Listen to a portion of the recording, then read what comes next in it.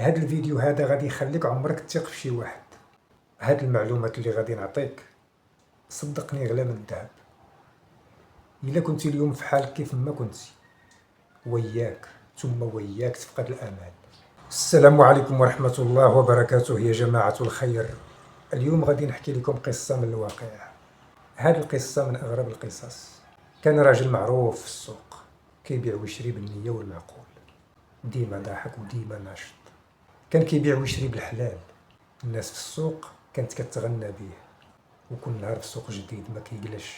الناس كلها كتعرفو بياع وشراي، ولكن للأسف مسكين ما كانش عارف غادي يجي واحد النهار اللي غادي يتبدل فيه كل شيء. غادي يمشي له راس المال ويرجع للزيرو، والسبب هي الثقة الزايدة والطمع. بدا كيطلق رزقو بالكريدي في السوق، حتى مشى له كل شيء وبقى على الدس. من بعد ما كان هو اللي كيكريدي الناس، ولا هو كيسلف باش يعيش. راس المال مشى والديون تراكمات عليه، والناس اللي كانت كدعي له بالمحبة قلبات وجهها عليه بلا رحمة وعطاتو بالدهر. كان كيشري بالعشرة ديال العجول في السوق، ولا ما قادرش يشري حتى خروف. السوق اللي كان كيرتاح فيه ولا كيبان له ظلام بين عينيه. بدا كيفقد الامل شويه بشويه، حتى ولات الدنيا كلها كتبان له ظلام بين عينيه. ولكن هذه القصه ماشي هذه هي النهايه ديالها. شوفوا شنو وقع من بعد والصدمه الكبيره. هذه القصه وقعت لي انا بوج مع البحري، واليوم غادي نحكيها لكم بالتفصيل. ما تنساوش تفاعلوا مع هذا الفيديو بجيم والتعليق والبارطاج، واشتركوا في القناة وفعلوا زر الجرس باش يوصلكم الفيديوهات.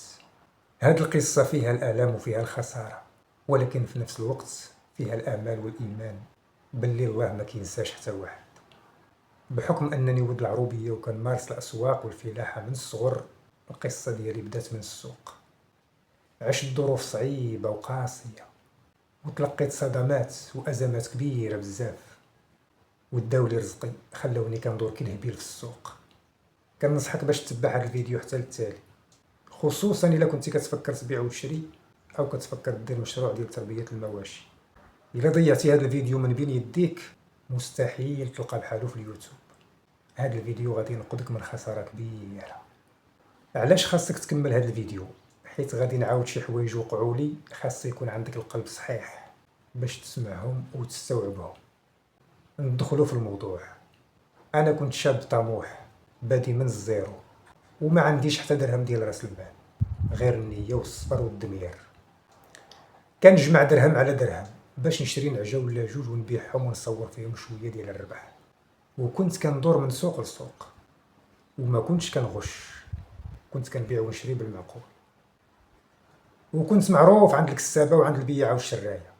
ولكن الكارثة بدات منين وليت كنصور الفلوس بزاف وصورت راس المال كبير. كنت ملهوف ما كنقنعش، ما بقيتش كنبيع ونشري في الغلب، وليت كنبيع ونشري بالعجل الجزاري. وليت كنشري السلعه كنبيعها في السوق وكنتخلص فيها، وعاد كنشري سلعه اخرى ونصيفطها للجزاره بالكريدي. وليت كنصور فلوس كبيره، كيحسب لي الوقت دايما غادي تبقى هكذا. هذا الفيديو هذا غادي يخليك عمرك تثق في شي واحد. كنقول ما خاصنيش نضيع هذه الفرصه.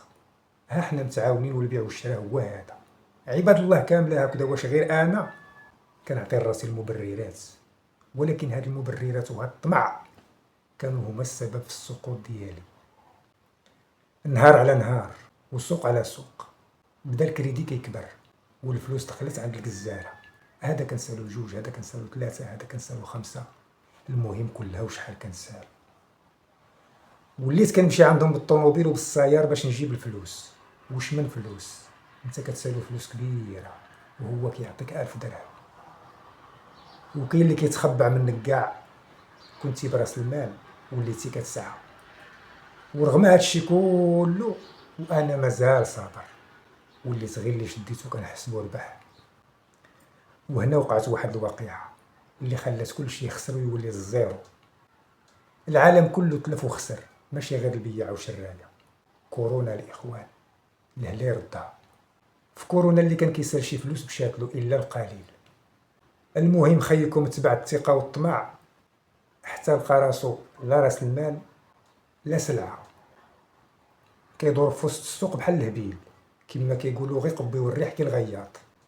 وليت كنمشي للسوق ما بقيتش قادر نشري حتى خروفه.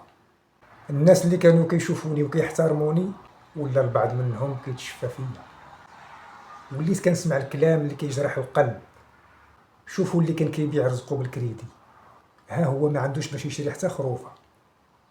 هادو هما اللي كيبغيو يديروا فيها شرفاء وبياع وشرايه وحاكمين السوق.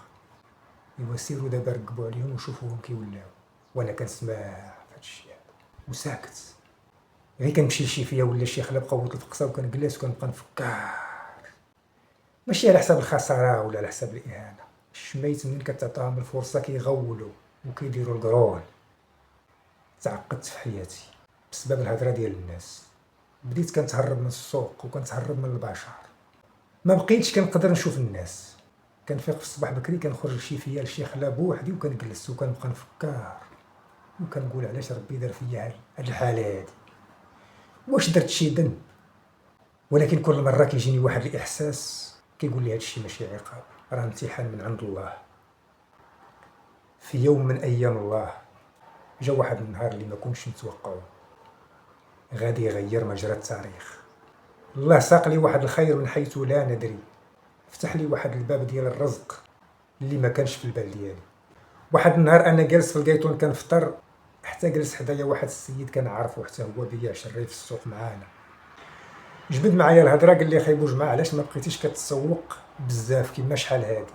المهم هو عارف القصه ديالي، السوق ما كتخفى فيه حتى حاجه. المهم قلت له شنو وقع لي وشنو وقع لي. قال لي شوف اخايبو جماعه، غادي نشاركو انا وياك السوق، راس المال ما تخممش فيه، انت بيع وشري ونسى اللي فات. ما نكذبش عليكم الاخوان، بكيت بقوه الفرحه. انا بكيت جوج المرات، بكيت النهار اللي مشى لي راس المال وقعدت على الدس، وبكيت النهار اللي خلفته.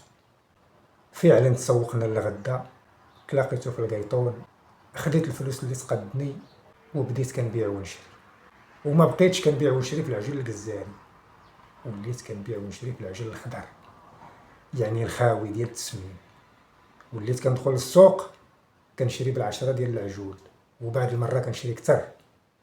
وغير المليح السوبير، البهيمه الا ما كانتش بلان ما كنديرهاش قدامي ابدا.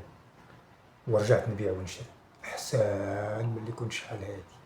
رجعت ديك الثقه وداك الحيويه وداك النشاط كلشي رجعته. وليت كندير حسابي وكنعرف مع من نبيع ونشري ومع من نتعامل. استفدت من دوك الاخطاء اللي دازو. علاش انا وليت كنبيع ونشري في العجل الخضر وما بقيتش كنبيع ونشري في العجل الجزاري؟ تهربت الاخوان من الكريدي، وصاحبي اللي شاركت انا وياه حرفتو العجل الخضر. المهم يا مؤمن، تعلمت بزاف ديال الدروس واستفدت بزاف من الاخطاء اللي دازت.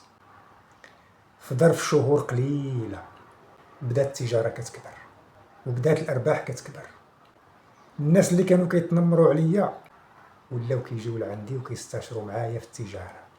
الله سبحانه وتعالى عوض لي ورجع لي راس المال ديالي، الحمد لله. وليت معروف في السوق، فلان اللي طاح ولا وقف من جديد. الحمد لله صورنا فلوس كبيره، فديت اللي ضاع وشات الخير، وكلينا وشربنا ولله الحمد. ومازال العلاقات انا وصاحبي مزيانه سمن على عسل. هاد المعلومات اللي غادي نعطيك صدقني غلا من الذهب. الا كنتي اليوم في حال كيف ما كنتي، وياك ثم وياك تفقد الامان. الناس غادي يضحكوا عليك وغادي يحتقروك ويتنمروا عليك. كلام الشميت كيأخر ما كيقدم في هاد الحياة. ولكن ربي كيعرف شني في القلب ديالك. مول النية والمعقول ما عمرو يضيع. خدم بنيتك وتوكل على الله وخلي الباقي عليه.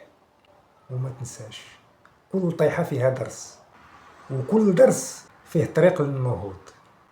إلا عجبتكم هاد القصة ديالي دعموني باللايك والتعليقات، وشاركوا الفيديو مع أصحابكم باش توصل الرسالة للجميع. والسلام عليكم ورحمة الله، إلى فيديو قادم إن شاء الله تعالى.